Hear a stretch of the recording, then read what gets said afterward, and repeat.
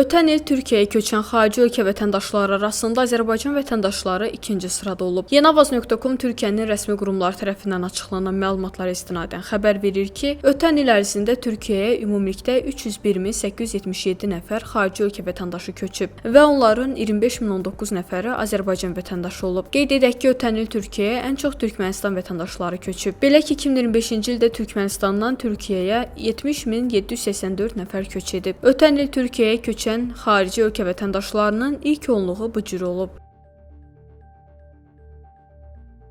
Onu da bildirək ki, son 10 ildə 2016-2025-ci illərdə 203.761 nəfər Azərbaycan vətəndaşı Türkiyəyə köçüb. Azərbaycandan Türkiyəyə köçənlərin 105.063 nəfərini kişilər, 98.698 nəfərini qadınlar təşkil edib.